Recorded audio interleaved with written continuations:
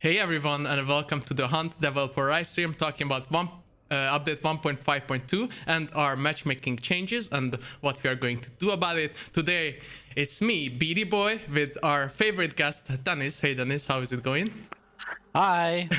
Hope you guys are all doing fine. And we actually have a lot to talk about, especially about matchmaking, so I think without further ado, we should just dive into it and see what we have in store for you guys. Yeah, big topics today. So yeah, as you said, Billy. First, let's talk a little bit about the matchmaking changes from 1.5.1. Review that. Take a look at what's in store still. Maybe clear up some misconceptions here and there, and then afterwards we're gonna dive a bit more deeper into the update that's coming to test server today. Exactly. Just Right. before we start, we actually released a Q&A video, which you can watch on YouTube and Facebook, which already talked about some of your questions regarding the matchmaking. And we also have a blog post, as well as patch notes on Steam and on Reddit, where you can read more about what we changed in the previous update. But let's just dive into it a bit more and like dissect everything so everything is clear. And if you still have questions after our discussion today, make sure to ask them at the end when we will have a Q&A session like always. All right, so we have like three main topics that we want to talk about. So it will be a bit more lengthy, that first section here about matchmaking, just because I think there's lots of things to talk about. So bear with us on that one, please. Like the things we want to talk about is basically just establish a bit of facts and foundations about matchmaking. What can it do? What can it not do? About issues we might see in the process. Then what we did so far to address issues, and then also what is it we still going to do as the next step. So like these are the three main topics, and we get to them step by step. Exactly. So let's start off with the facts and boundaries. So that basically will explain you how it currently works and what are some of the changes we introduced in 1.5.1. All right. So in general, I mean, the matchmaking system we have is based on an ELO score, right? So that is a score, as you know, from chess, and it's used to measure the player's performance against other players. So this is not to be confused with a kill-death ratio, for example, which is really just about like how many kills you do, how many deaths you die. This one is actually qualitatively measured, which means you get more points if you kill a player that is better than you, and you get fewer points if you kill a player that is either like just a little bit above you or even on the same level or below. So that means there is a different factor to just the KDA in this process because it moves faster or slower based on the quality of the people fighting. Actually, just to what Loic Loic told me, who was in the video with me, who is our live service producer for Hunt. His explanation, to just so you guys understand, was the difference between KDA and the PvP rating. Is basically like, let's say you have a new account and you play 2 games and you kill 10 players, then your KD would be 10, which is a very high KD. But at the same time, since you just only killed new players, your matchmaking rating wouldn't be as high. So the two are like completely different. This is just a base example to like kind of explain it, but as you can see, it can differ very widely between the two ratings. Yeah, I mean, of course, it's fair as an assessment to assume that if someone has a high KDA, very likely they also have a high matchmaking rating. So that goes without saying, but it's not the only measurement. And it can mean, like, for example, if you play carefully from a distance, you kill a lot of people from afar, but you don't get into fights.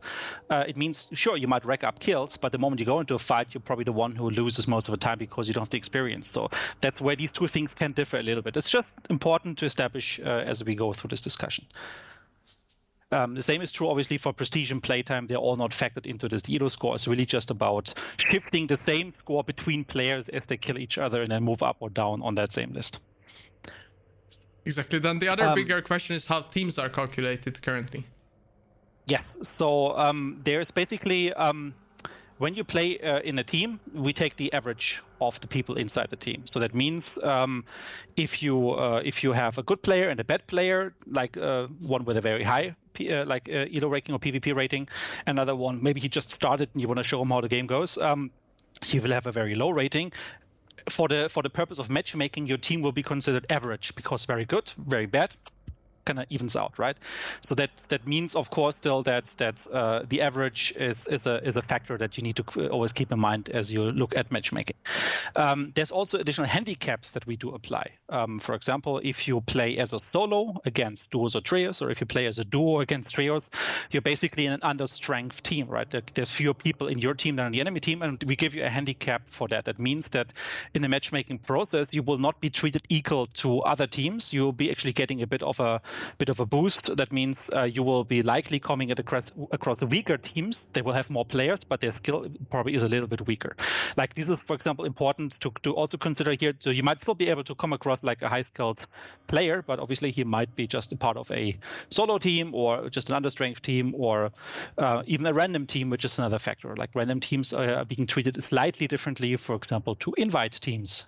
Like, because we assume that if you and your friends play together, you're likely using the external voice calls. Like you have just play together many games ideally, so you know what's going on. So your coordination will be much better. So that's just an important factor. So all of these things contribute to the matchmaking score. And it's just important before we talk about the details to establish some of these points. I think many of you probably already know about them from our recent blog post and the Q&A video with Loic, but it's just important to make sure that we establish that before. Yeah. All right. Let's dive into more details about our matchmaking. So obviously, when you have more options, just like the skill-based matchmaking tick that you can now tick, that means that it segments the player base a bit more. Therefore, at the same time, it will be less players that can be matched, and that can affect lobby times slightly. So you may have to wait a bit longer, and this is especially true for smaller regions. Yeah, I mean, we see obviously you guys rightfully complaining about, hey, like the matchmaking times to take a little bit longer. Unfortunately, that's just a side effect of giving the player the choice to choose between one or the other. We still have some mechanics where sometimes players can be moved between these systems. We get to this a little bit further down the line. But in general, obviously, the moment you give choice, you split the pool of possible players you can match again, depending on what choice they made. That's just a normal consequence. Yes, and then let's talk about the fairness when the skill-based matchmaking is actually turned off. What happens then? Basically, if you turn the skill-based matchmaking off, that means that it's going to be actually a very similar experience to what we had before the update, right? The game still tries to find you partners that are close to your own matchmaking rating. However, in case the time runs out and there's not been enough players put together to form a session, then it will pick players from above or below that in order to fill up the session. It's more important to get a full server rather than the fair server in this particular case, as it was before the update. And as such, you might see like maybe a veteran coming across a new player just because obviously they deactivated skill-based matchmaking. That's the consequence. Exactly. And then let's talk about a big topic that we haven't really addressed, and that is queue canceling, which you guys, by the way, shouldn't do. And we will explain why exactly. So yeah, I mean, this is something that has kind of established itself a little bit, I guess, as like the little secret everybody thinks like it's going to help them so much with matchmaking. It actually is counterproductive here because the downside is that only at the very end of the queue will the system try to fill up if it hadn't filled up enough from its own rule set. So like with the skill-based matchmaking turned off, only when it's full will it basically check above and below and really fill up like the remaining slots. So by just basically canceling out right before that, you're basically just resetting the queue for yourself. So it doesn't really help so much. So we always suggest leave it running to the very end. It will overall give you the better experience. Exactly, and then we have like a bit of an explanation about each possibilities. So when players have skill-based matchmaking enabled, then the game, as Dennis said, will wait for all players in the bracket, and then at the end it will add all players that have not enabled skill-based matchmaking at the very end, as they don't care about matched as skilled players. But when it's disabled, it obviously first checks for every possible player that also disabled skill-based matchmaking and then start at the end with all. But if it's not completely filled at the very end, then obviously it joins into the previous bracket. Exactly. And then what happens when you actually cancel again? So if you cancel before the end, again, it just resets you, right? It brings you back to the start of this queue again, and it doesn't help you, right? Just let it finish. It's the best option. Just Exactly. trust us on this. So yeah, if you wait till the end, then that's where the extra players are added. If you don't wait, then you just restart the whole process. So you won't actually will have better lobbies or anything. It will be just a longer time till you get into the game. So just don't cancel, and it will be better for everyone. Okay, let's talk about a bit about PvP rating, which is obviously a very discussed topic, and how it's between individuals and versus teams.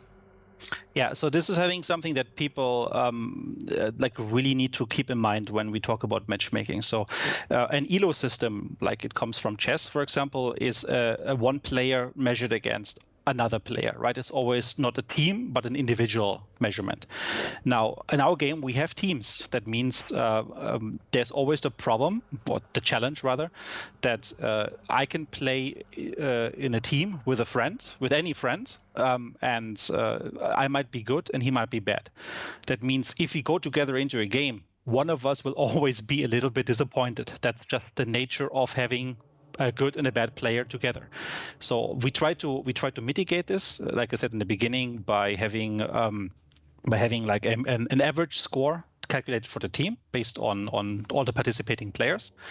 But it can always mean that if I'm now playing as a veteran and I have a new friend that I want to show the game and we play a game, it might happen that while we encounter other teams in the game, and these teams have been decided to be equal for the matchmaking system, individually, maybe my new player friend in my team might come across a veteran in another team, and obviously when they fight, when probably unfortunately the veteran kills a new player, that new player will see that this other guy is so much better than him. That is something that is, because of this individual calculation, the individual comparison, just unavoidable. That's just the nature of any of these type of systems.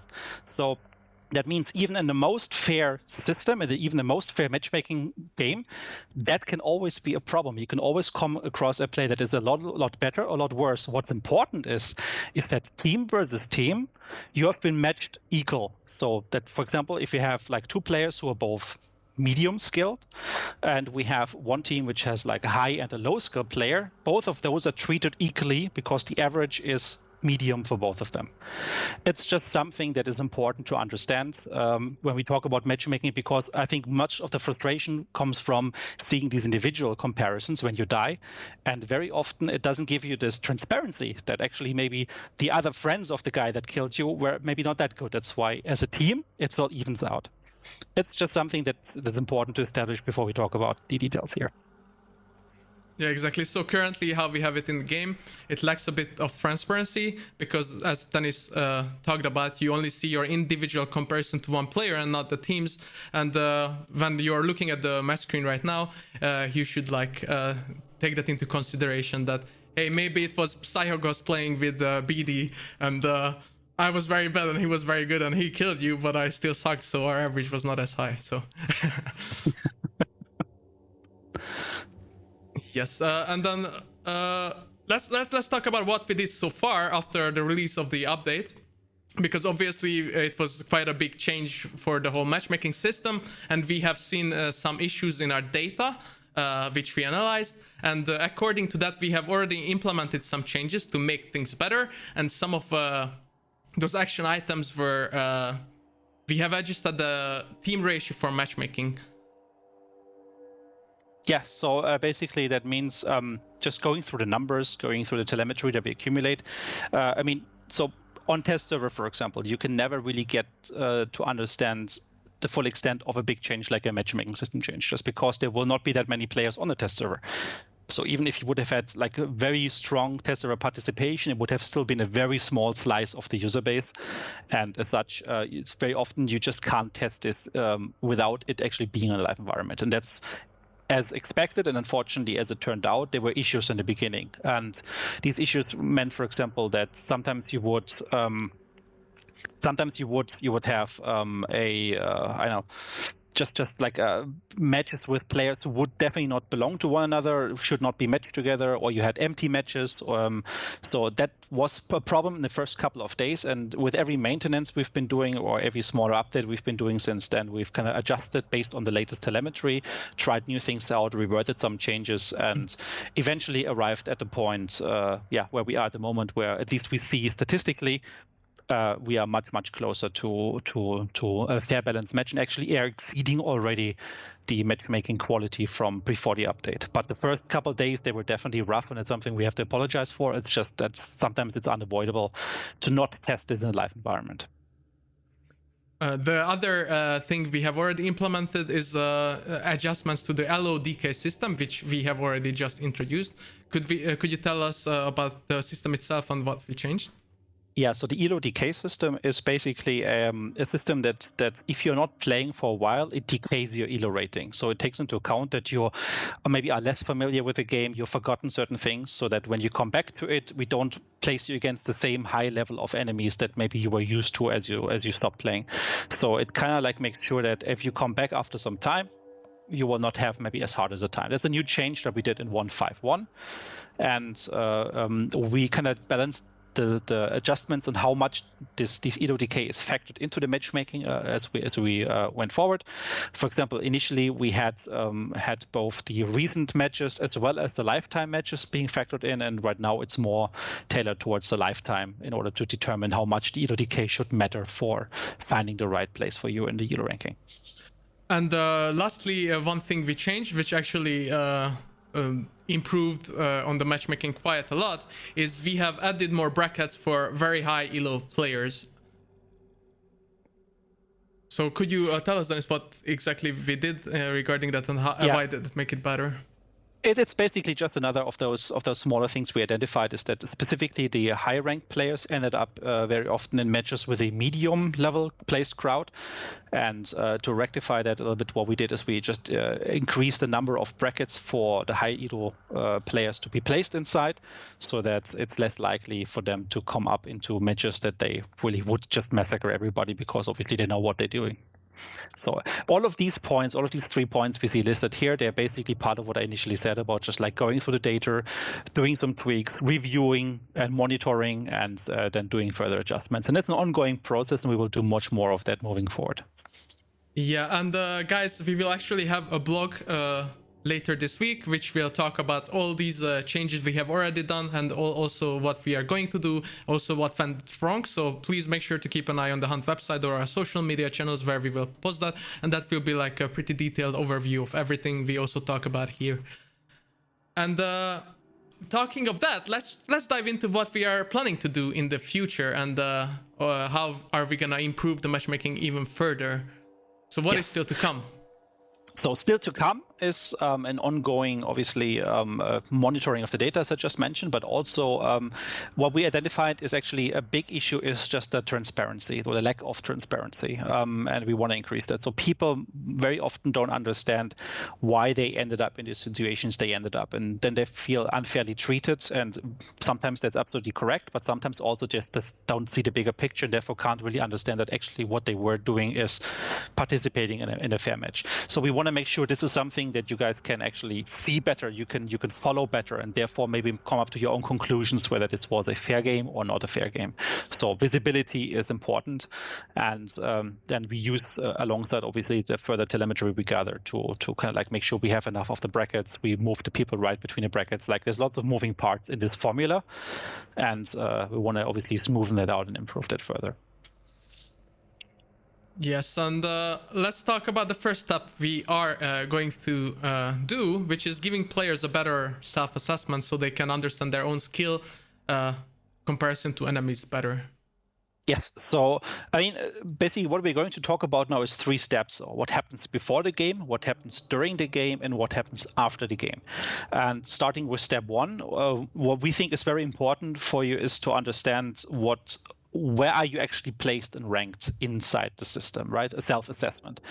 So what we want to do is we want to introduce a matchmaking rating. We call it MMR, which is basically a score that is independent from the arrows that you're currently used to, about like 2 arrows up, 1 arrow down, which is a kind of a relative comparison only, and that is always problematic because even though you're better or worse than someone, you don't know how much, right? Like it's been very, very ambiguous and very hard to kind of put your finger down. It's like, how good am I actually, or how good is my team? So what we will not do is give you the exact ELO score, but it's going to be a score that represents on a certain scale, and we're still talking about what exactly that means. It will be a score from 1 to 6, or 1 to 5, or will be a rating by stars. We don't know. We're still brainstorming about that part, how to best visualize this. But in the end, what the important takeaway here is that we want you to, once you're in the lobby, we want you to understand what is your own score. So where are you sitting on that ranking, and where are your teammates, and what does that mean for the average of your team score?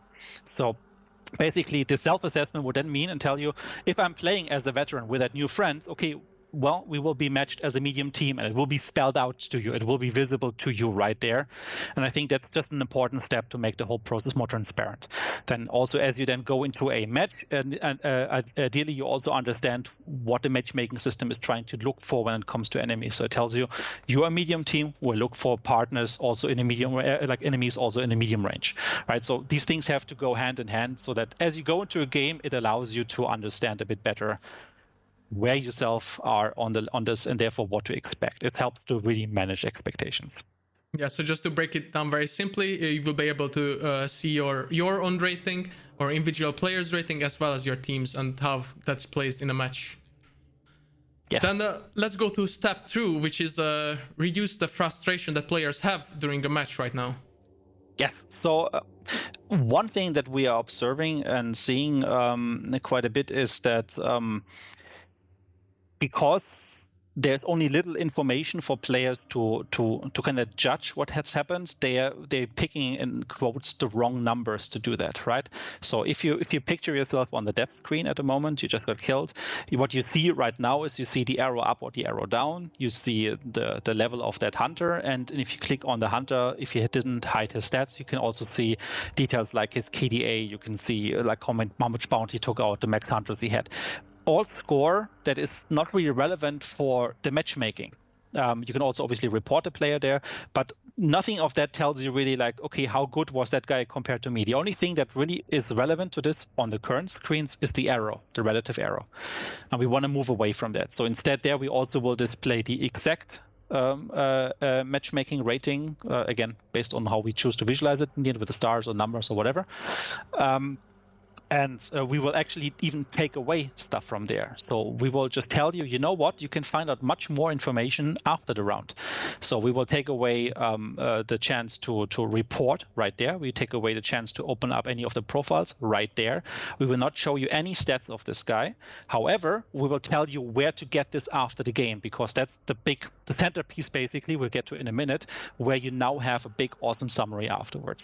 So what matters to you is to understand in the dev screen, how good are you compared to this guy, so that you can make your own choice whether this was fair or not. But we want to take emotion out of this process a little bit, and that's why we ask you to basically wait until the end of the round to then have a chance to do whatever steps you feel necessary, get more information, but also have a better overview about like the other teams, etc. We talk about that in a moment. So exactly, so that leads us to step 3, which you basically already mentioned, that's after the match.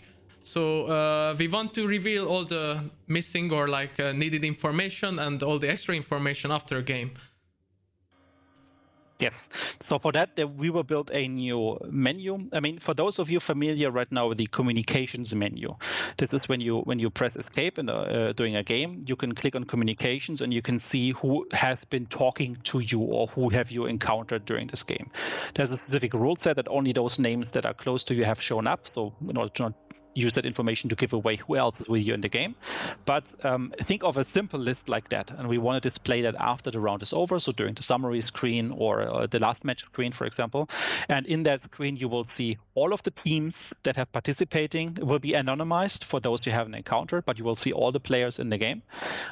You will see the teams they belong to and how they're grouped, and you will see the average of their team rating as well as their individual rating, so that you can basically on one page see, okay, this is what this last match actually looked like. You see exactly where people were, and like skill-wise, and how the whole thing came together. Those that you have encountered, like for example, the ones that killed you, you will see the names rather than like an anonymous player 1, player 12, and that gives you the chance to then basically click on the details of those players that you've encountered as you would normally do on the death screen. And you can look at like the stats if you still feel it's important to you. You can also report in case there were any problems during the game.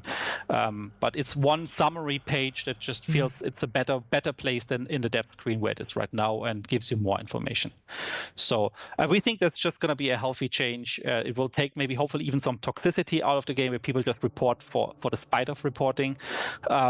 But it just hopefully decouples emotion from this, and people have a chance to see, you know what, I actually got killed by this guy, I thought it was unfair, but looking and reviewing the stats of this game, actually, you know what, all the teams were rather fair anyways, so maybe it wasn't a problem. And this also means that we will get much more meaningful reports from you guys on actual issues, and hopefully everything will be a little bit more clearer and calmer, there will be more transparency.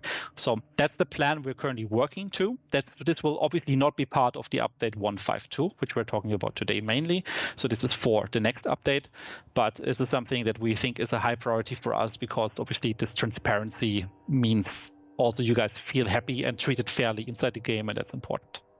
And I already see like a lot of questions or like possible questions about the reporting, because right now you could only report the player that actually killed you. So will you be able to like report multiple players, like let's say a team, like they think they were all cheaters, let's say, or talked rudely to you? Could you like report all of them in the end game screen now, or like in that new menu? Yeah, so you will have the individual way like you had before for reporting. You won't be able to group them, but I mean, if you give us report and you write your text based on that, it gives you a chance to kind of like put context in. And we will always look into these reports then based on what we see in these, and we can also look at these matches with telemetry afterwards, obviously. So yeah, reporting wouldn't change for you. It just means you don't have to do this in a rush of the battle, and you don't have to have this with the heat of the emotions of the moment. You can do this calmly afterwards from that debriefing screen. Where you see all the facts and you can maybe come to a better conclusion.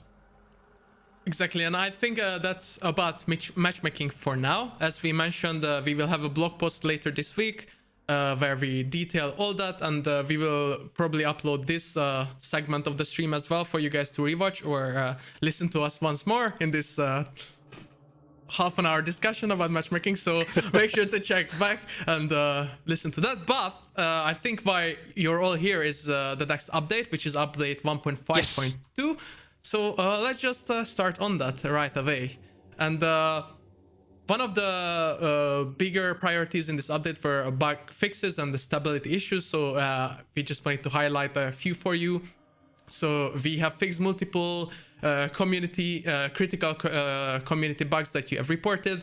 Those include some with crashes during the game in the backend, the double levering issue, which Dennis may want to talk about a bit, because yeah. So this has been one thing we've been sitting on for some time now. I'm really happy we had a chance to finally fix this. It's been very annoying for people. They probably died from this a couple of times of having to suffer yet another lever action before they could actually fight a weapon. So yeah, finally this is fixed, and this is makes me personally also very happy.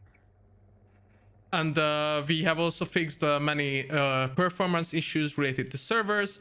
And we have actually added a new indicator for server issues, which I will show in a second. Basically, under the performance screen, you will be able to see your connection and the server's ping. So you can tell if the issue is on your end or if it's with the server, which will actually help us in investigating issues or for you to understand what's going on much better as well.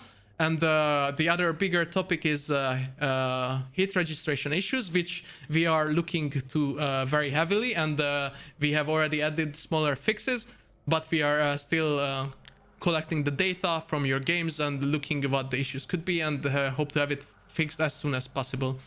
And sorry.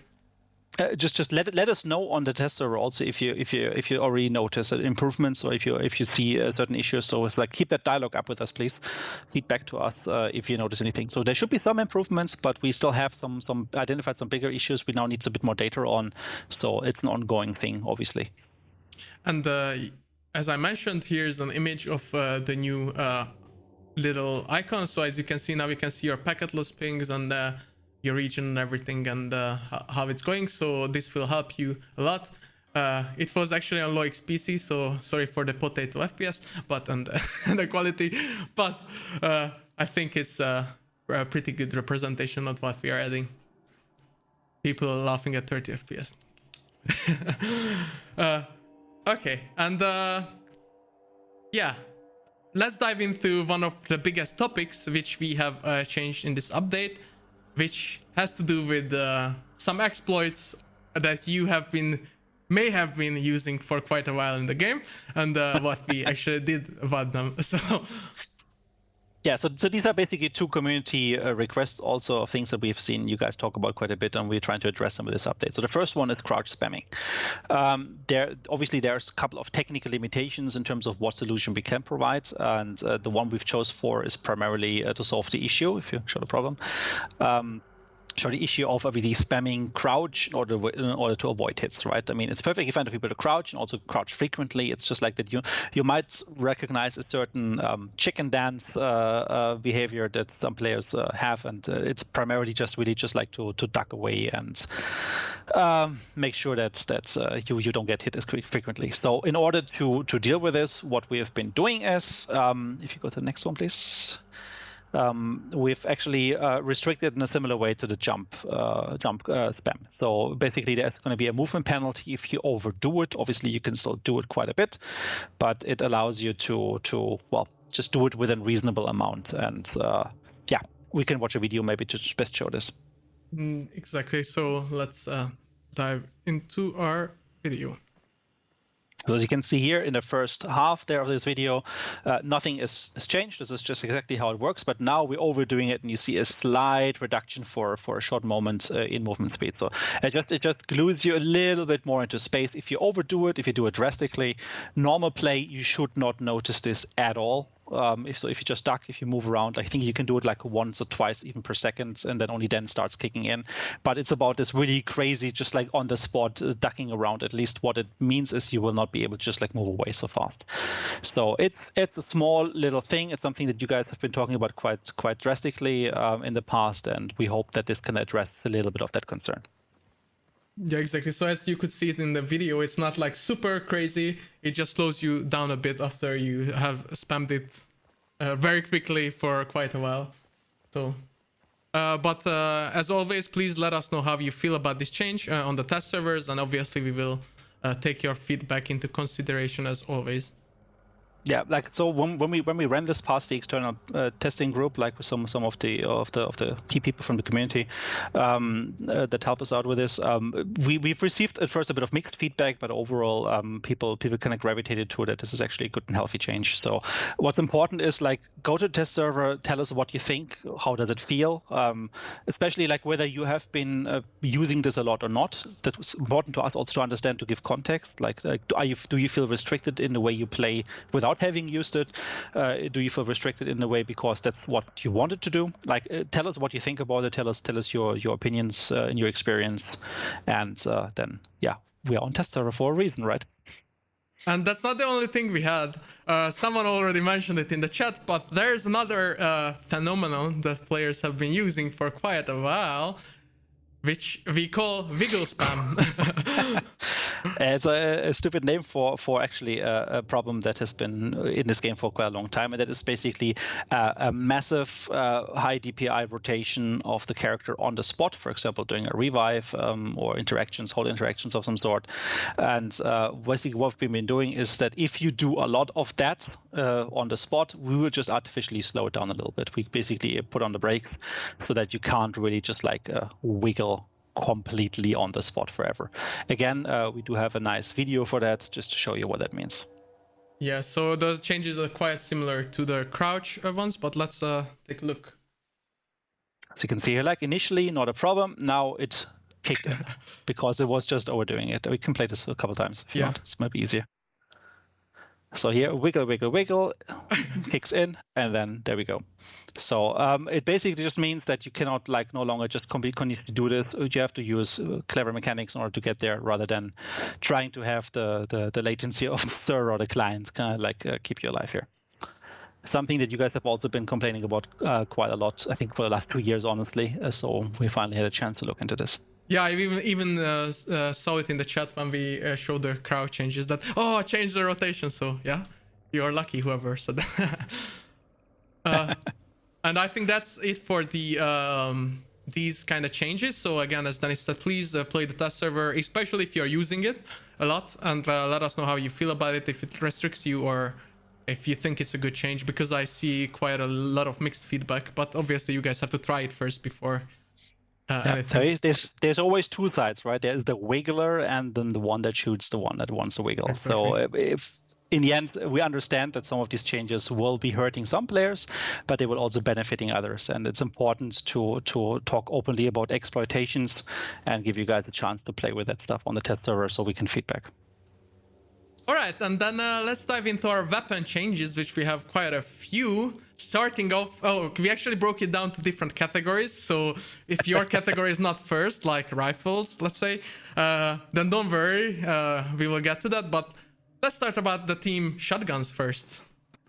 All right, so yeah, as Ben said, basically we can group the stuff a little bit. So it's not about only ammo types and then variants or whatever, but actually more like around the weapon classes they are relevant for. So let's talk about some balancing changes for the shotguns. So first off is ammunition in this case. So we made the additional ammunition times available for some of the existing weapons. So this is just moving around. So we were very cautious in the initial release when it comes to ammo types. Like we had to be very careful about the balancing. That's why we used extensive testing with the external playtest group also before we even went to test server in order to figure out like is the balance working out. And we have been very conservative when it comes to some of these. And we feel we still have some room there to give more options to the players now that the meta has kind of settled. We understand the power, the potency of some of these things. So the statistics kind of help us quite a lot there in order to figure out what is in a good state, what is problematic, and what needs adjustments. So the first thing on the list here is that we made penny shot available on the Spectre and on the Rival. So it's just additional options for those two guns. I don't think we need to say too much about that one. So the next one is then the Crown King Auto 5 changes. So here in general, we've done some two minor changes to the Auto 5. And in order to kind of nerf it a little bit, but I think down the line you don't really will consider this to be a big thing. The first one is that we've changed the rate of fire to be slightly slower, so it still obviously is a semi-automatic shotgun, and as such it will fire fast. But I think where we had a delay of 0.4 seconds between shots, now it's a delay of 0.6 seconds between shots, so like 50% slower, but obviously it still means it's going to fire at a very high rate of fire. And the second thing we have been doing is we adjusted the sway of aiming down the sights for this gun, and this is in preparation of the next point that we can talk about here, which is that also slug ammunition is moving between some of the weapons. So we will also see slugs available for the Auto 5 and Terminus. And why this was, for example, very important, because obviously in Auto 5 with slugs sounds first off like a very, very powerful option. So for that, we made sure that we have quite a lot of recoil adjustments and just the app option for players to really having a harder time to get the shots in. And maybe before we move on to the Flechette thing there, Ben, so you already showed, yes. Let's first have a look at the videos around the slugs. There's a couple of comparisons and we can go through that step by step. Okay, so let's first take a look at the recoil. Yeah, so this is the recoil with the slugs, right? So it kind of kicks in. For me, it's hard to see the preview image, so Ben, you need to tell me which of the videos it is. Looks like it's a slug video. Yeah, it's the slug recoil, and we have another as well. Yeah, and then in comparison. Yeah, just run through. Yeah. So like you kind of feel like it takes quite a lot of like power in order to get this back on the target. It kicks like a mule, much more stronger recoil than you would normally have on the shot. And if you compare this against the shot recoil, I can actually help you. Now we can probably see it better. Oh yeah, that works. Let's go. As you can see, like it's much harder. So if you compare this against the other video then with the shot. Oh, I have 2 videos running. I'm sorry. Yes.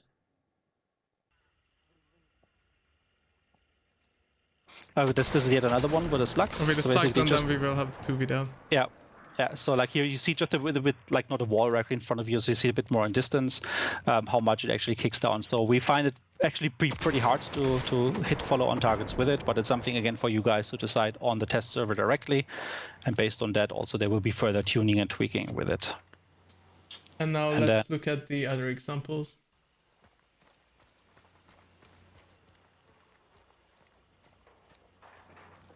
Here, so this is basically like just like shooting slugs over there. You can see like it's actually kind of like this guy was really trying to hit. It's not a guaranteed win. Let's just look at once more.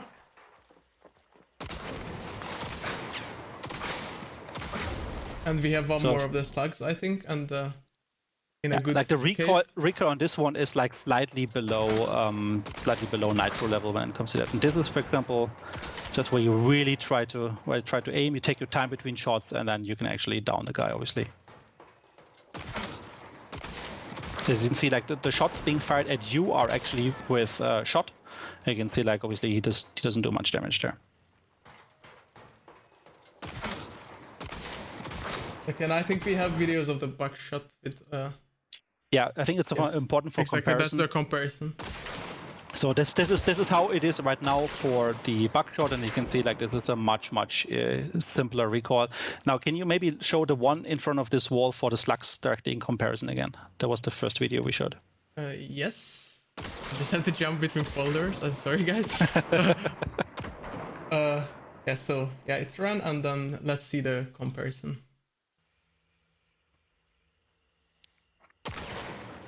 The recoil is much harder, yes. It kicks like 2 to 3 times as much. I mean, this is without fighting it right now, obviously, but it just shows you like the natural pattern of it. Anyways, just try that one out on a test server. We're very interested to see and hear your opinion about this. It's obviously definitely one of the stronger choices we're adding, so we're aware of that. It's a powerful option, and we expect it to also have an impact on the meta, but we don't necessarily think it's a bad idea. And again, this is the example with the normal buckshot. So you can see that the kick is way lighter. All right, let's move on to the next one. Exactly, cool. So we can dive into the Flechette headshots at close range. So we don't have any videos for the just one before we move into that. Sorry, Ben. So the one thing we also added, obviously, is the slugs for the Greenfield Terminus. I don't think we have had any videos for that, if I'm not mistaken. No, we don't. But I mean, this is rather straightforward, goes in the same direction. So just again, try it out on the test server, so that you get a feeling for it. And yeah, looking at the rival with slugs at the moment and the usage of it, we don't see too much of an issue from a balancing side. Awesome. So then actually let's dive into the Flechette ammo that can actually now headshot at close range, which leads to obviously one shot kills. And Dennis, you can talk about it, and then we can roll the video in the background for that. Sure thing. So basically with Flechette, one of the biggest feedback items we got from you guys was that Flechette was good, but it felt lacking. It felt like you like losing this one-hit kill option on it would just not give it enough purpose. So what we've been doing here is saying that if you manage to hit the head, that means the majority of the Flechette, the little darts, actually hits the head zone and kills you. You can die from one shot, and you also see like a little headshot icon. So this only works at a very close range, and you only if you hit the head, but at least you do have the chance now. In practice, this means probably not much of a difference, but at least if someone is within close range and you know how to aim, you will be having at least a chance for a headshot, where normally you would at least always had like 2 hits before you could finish off, which many people said like was not good enough for the shotgun. Awesome. So yeah, the video was running quite a lot. So as you could see, there's a new icon and there's a headshot. So I see that quite a few people are excited that they can finally do that. And is that the only shotgun that actually shows a headshot icon now? Or? Yeah, so well, slugs do show the headshot icon because it's just a single projectile. But when it comes to the pellet or the area shotgun shells, like so normal shot, Flechette as well as Dragon Breath, only the Flechette can do these type of headshots from those, and only if the majority of the hits have been scored from a like on the head zone, and only then will be enough damage to kill a guy. So lots of ifs in that process, but at least the option is available now. Awesome, and I think that covers our shotguns. Oh, actually that doesn't, because we have all the barrel length comparisons and changes. So let's first go through what the changes are. Yes. So it's a minimal buff. It's more of a consistency change. Don't expect too much of it, honestly. So we have not changed any of the long barrel weapons. We haven't changed the Romero hand cannon. All of these are in a good spot. There's no need to change any of those from the normal shot behavior. However, we felt that specifically what we call the medium and the short barrel shotguns, and we get to those in a second, what exactly that means. They were always a bit feeling slightly like a nudge too underpowered, and so we're moving there a little bit closer to the full-size shotguns. It doesn't mean much, but it just means that hopefully there will be less frustrating moments where you would really have thought this should have killed the guy and it didn't, and just boosts maybe like the rival hand cannon, it boosts the Spectre hand cannon, it boosts like the bayonet Spectre on the new terminus just a little bit, so they feel just a little bit more powerful and get closer to their larger cousins. Again, on the bigger ones, no change whatsoever. Exactly. So again, as Dennis said, we only changed some of the short and medium ones, but we actually have a cool little list for you to actually see which one has been changed and which one haven't. So let's look at those. So first of all, we have all the short barrel shotguns here, and if I magically click, then you will be able to see which ones have been changed. Yeah. So again, the Romero hand cannon and the hatchet, they're in a good spot, so no changes to those. But the other hand cannons, they've slightly been pushed up, so they're a little bit more effective. They're still not as effective as a Romero hand cannon, but they're just a little bit more. If you move to the next category, which is the medium barrel weapons, and so here we have the Spectre bayonet, which has a bit of a shortened barrel because of the bayonet luck there. We have the new terminus as well as the rival, and all of those again have just been nudged up a little bit, just so they feel a little bit more reliable than what they are currently. And if you go to the last category, just for clarification, the X means that it hasn't been changed, and if there's no X, it means it has been adjusted slightly. Yeah, so all of those are boosted. Exactly. And then we have all the long barrel ones. Exactly. And obviously none of them got boosted. They're all exactly where they have been, and so no change there. So we hope that maybe by seeing that visualized a bit better, you guys have an understanding of which ones are exactly affected by it and what not. Because when we talk about medium, long, and short barrel, it might not be instantly clear. So hopefully this graphics help you guys a little bit understanding that. And at least you guys now know that which we consider short, medium, or long barrel for future reference if we ever talk about them in patch notes or in other text format. But all right, that actually covers shotguns, Dennis. Next topic. So we go to next category. So I think everybody survived the shotgun topic. It was like the one that we were anticipating gets the most friction. But don't you worry, rifle people. We have something for everybody. But let's talk about the uppercut and the Nitro next. Exactly. So first of all, let's look at the uppercut, which is everyone's favorite weapon. It seems like sometimes. So uppercut gets now explosive ammunition as an option, and that's going to be a game changer for how we can play with the gun. So nothing changes on the uppercut otherwise, right? It's the same weapon, but it just has now one additional ammo type you can choose, and that is explosive ammo. Obviously, that comes with some pros, but it also comes with some downsides. So I think, first off, it's probably going to be the first time that anyone is ever going to use dual uppercuts now, seriously, because you can actually do this with explosive. But it has a couple of downsides. For example, you cannot headshot people with it. You cannot one-hit kill anybody with it. So the uppercut receives a major drawback from a balancing side.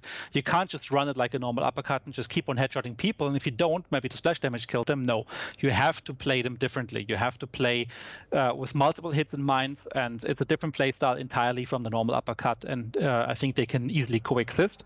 Also, obviously, as it's explosive, there is no wall penetration on it. So you are kind of limited to line of sight and try to like shoot around corners with it.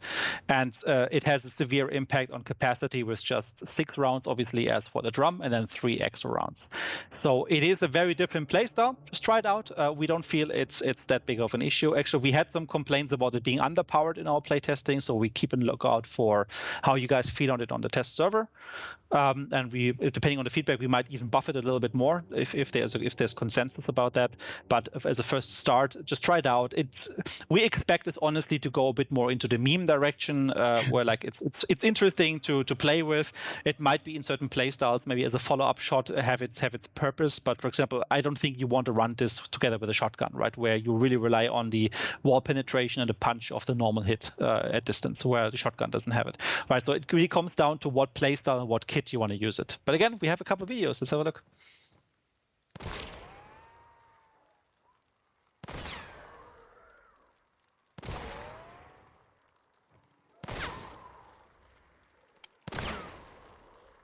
As you can see, this is the splash damage, but it doesn't penetrate.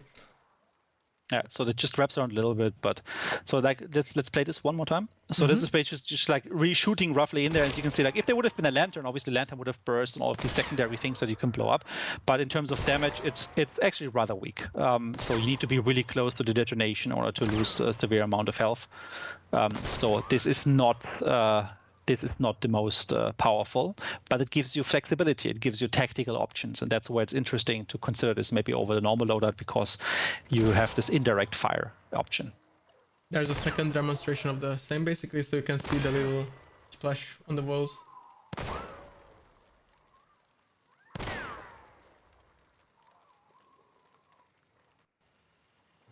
Yeah, so something to try out, but we don't feel this is too powerful. It might actually really be underpowered actually at the moment, but we rather start low with it and then give it a bit more beef based on the feedback rather than making it a bit too powerful here. So here, this is where it shines, right? Because the guy is on the ground, so like just like shooting down at a point where this guy basically is exposed to the splash damage quite likely, because the shots will not really go anywhere. They hit the ground next to them. This is where it can be really powerful. But obviously you need to put yourself in such a position to benefit from it. Or if you're level, if you miss the round, it probably still goes like meters behind, and then there's no effect. So you have to be smart how to use this very, very limited ammunition that you have for it. Keep in mind it's special ammo, so that you need like also the special ammo UVU boxes in order to restock, and it's not much ammo you get from that. So keep those shots carefully like spaced out. Yeah, meanwhile, I started the next video. Yeah, I can watch it one more time. This is, by the way, how my firefights go. I know. Not hitting anyone.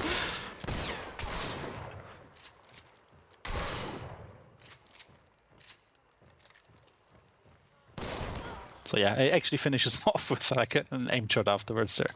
So yeah, it will be interesting to see the new playstyle that might be evolving around it. Again, this will not supersede the uppercut. Like, I don't think this will be having much of an impact. People will use the uppercut for different reasons than this, but this is an alternative use for uppercuts.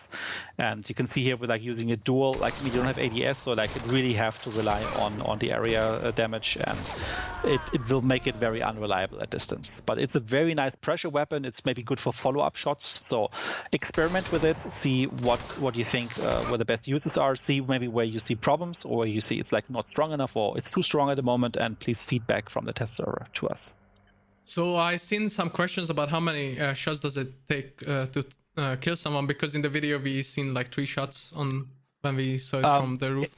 So from splash damage, it can take like 3, 4, 5 shots. It really depends on the proximity from the impact point to yourself. But if you were to hit someone with it directly, then it will at least need 2 shots. So you cannot, even if you were making a headshot, it will not kill you with that headshot. So it's a weaker round, and as such, we want to make sure you play this differently. Again, this is up for discussion, depending on the feedback. If you feel it should really have that option to do headshots, this is something we definitely want to consider. But let's first see and wait for the feedback from the test server, how you guys perceive this, and we feel where this currently would be sitting. All right, and with that, let's take a look at the Nitro. Yes, so the Nitro only gets one change, and that is related to the dum-dum ammo. So as you know, like the Nitro Express rifle on its own has like a 42, 3-ish type of like meters one-hit kill range, because it's an elephant gun, right? It's the most powerful weapon we have in the game. But its true advantage is that it's also good against AI. So it's a very limited use because of the limited ammunition it has, but you can easily use it for fighting bosses, but you can also use it very effectively against other players if you hit. So it's a very good all-rounder gun, but it's hard to use with the sights and everything. Now it has a couple of additional ammunition types, and while we have explosive ammo, which kind of like gives this like a stronger explosion radius, but with reduced ammo, we don't need to talk much about it. It's already in the game, doesn't change. We felt that the dum-dum ammo was a bit underpowered and was a bit lacking compared to like, why would you want to choose that over the regular bullets? Because you're kind of losing some of the wall penetration, etc. It's not very good against monsters. So what we wanted to do is to actually make it a little bit more powerful against players. So we increased the one-hit kill range slightly. I think it's by around like 10, 15-ish or so meters. So it should be like in a mid 50 meter range rather than 40 something meter range. So you get a little bit more extra range on it. And obviously, if you don't kill, there's the bleeding effect as with every other dum-dum round. But it just is boosted a little bit more towards PvP. So you can use that to specialize against player hunting. But it will come at the cost still, like it is right now already, that it's not very effective against the bosses or other AI. Like you can't just one-hit kill a meathead, for example, right? To just quickly farm a trade. So there's certain drawbacks, and they are remaining unchanged. Exactly, and I think that covers our little section about the uppercut and Nitro. And now what to the topic everyone has been waiting on is the rifles. So yeah, let's see what we have in Team store. Rifle. Exactly. I'm very sure that they're all very afraid now that they get like nerfed to the ground now. All the rifle people like being very, very, very, very upset. Don't you worry, nothing negative in this category. And if you're Team Rifle, I'm with you guys. I'm completely Team Rifle. So like Dennis is Team Shotgun, I think more. I'm Team Hunt. I like everything. You'll find me sniping, and you'll find me with a shotgun. Although my passion obviously is with sniping. So let's first start with the sparks and changes for that one. First minor thing, we're gonna start low here. Is one additional ammo type now available for the sparks, and that's for metal jacket ammunition. So increased wall penetration. We don't expect that to be a massive choice and a major upgrade for people. It's just there for specialization. If you want to use it, you can use it, and I think it helps, especially like metal structures, etc. To if you're a good shot with the sparks, to really punch through walls and kill behind that a little bit more effectively. Again, this is more of a side note. It's a small thing. But we did some other changes, and that is to the reload animation. So let me first maybe talk a little bit about why we did that and what it actually means. So some of you might have seen there has been a very successful series by, I think, GameSpot about a firearm expert reacts to weapons in game XYZ. And luckily for us, there's also been an episode featuring Hunt and Hunt's weapons. And one of the points that was raised inside that video was that the sparks actually, the way we portrayed it in the game, is using the mechanics like if it were like a black powder, like powder can, percussion cap type of weapon, rather than the cartridge version. And what that means in gameplay is that we always put the weapon to half cock between like shots so that you can open up the breach. We've been told it's actually not necessary. We don't need to do that. So what we've been doing is we've kind of like went into the animations, and without changing any of the timing, so the weapon will play exactly the same as before, maybe even a slightly tad faster, but we're talking about a few frames maximum. You basically have a much smoother way of reloading the gun because the hammer doesn't have to move as much between shots. So let's just have a look at how it looks on live at the moment as the first video. Yes. And then we have a look at the changes to it. And I love how everyone is surprised that we actually watched the video and made some conclusions. So yeah, as Dennis said, let's look at how it is currently in the game. So as you can see, between shots, he kind of puts it into the full cock, and then he puts it back into half cock as he reloads. Then he puts it back in full cock afterwards, right? So like the hammer moves a lot during the sequence, and on some weapons like a revolver, that is actually needed because the drum wouldn't spin if the weapon isn't in a half cock position. But here it was just a point that was unnecessary in hindsight. So what we did is we kind of smoothed that one out. Yeah, so let's look at the new one. And looking at the comments in the chat, one of the boons of like working on in game development on weapons, you can say the word cock without any hard feelings whatsoever. Wow, that will be clipped and sunbited everywhere, I think. I did.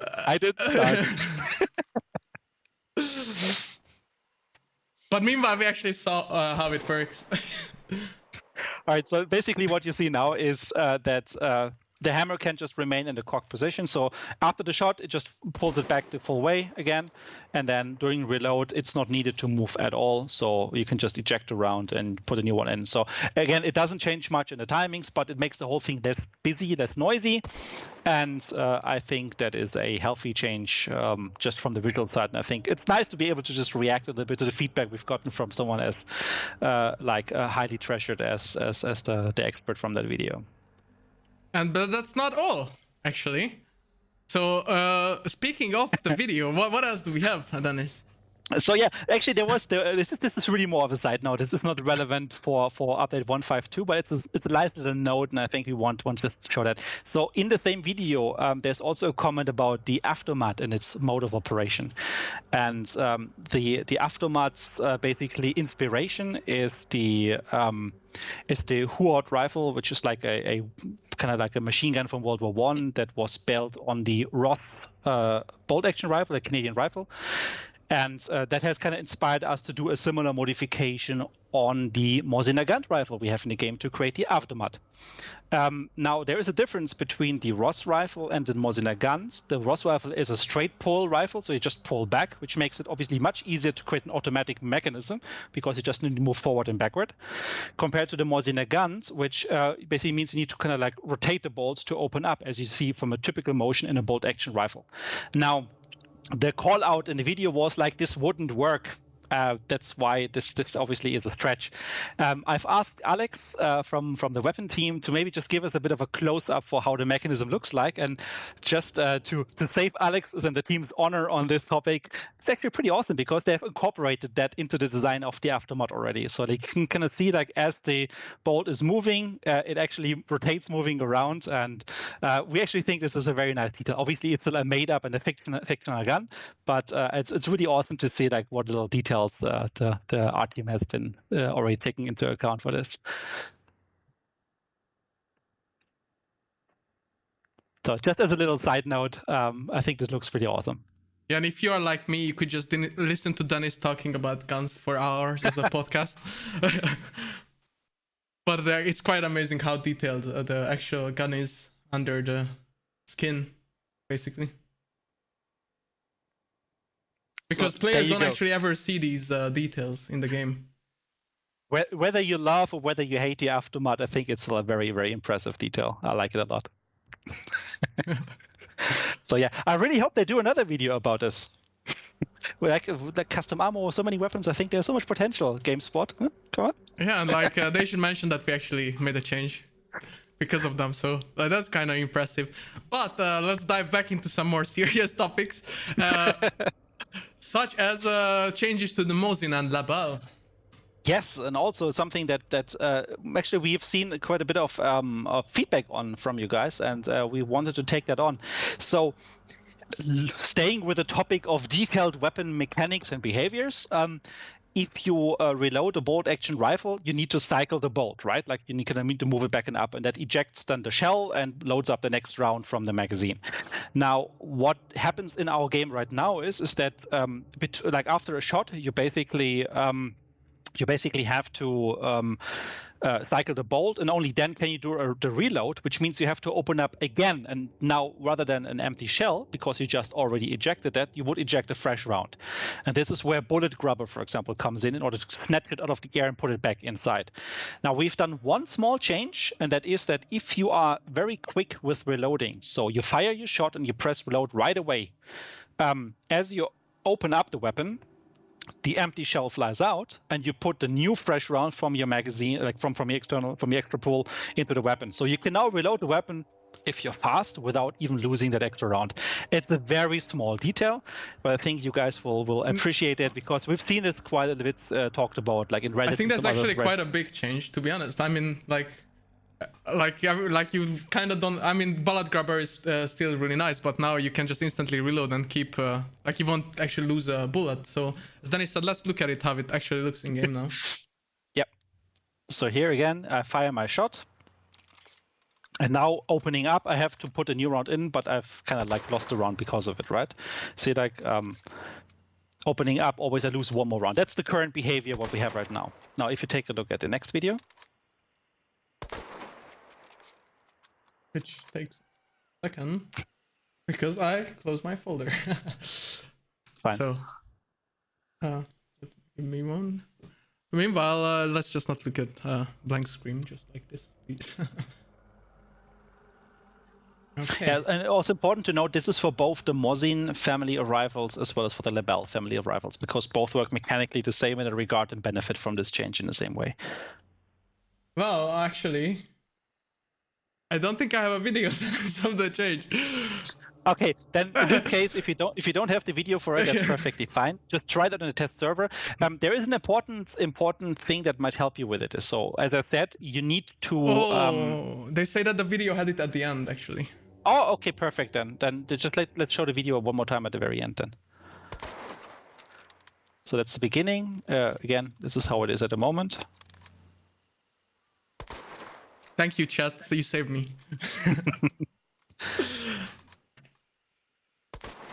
So you can see, like, I fired a round, I reload, and I just top it up, because the opening process just ejected the shell, and no bullet is lost. Yeah. So thank you, chat. Yeah. Thank you for telling us about our own videos. All right. So kind of it's a small change again, but I think if you have the time in combat to do this, you will actually save some bullets, and I think that's a nice little touch. There's nothing mechanically that should prevent you from doing that, so that's why we did it.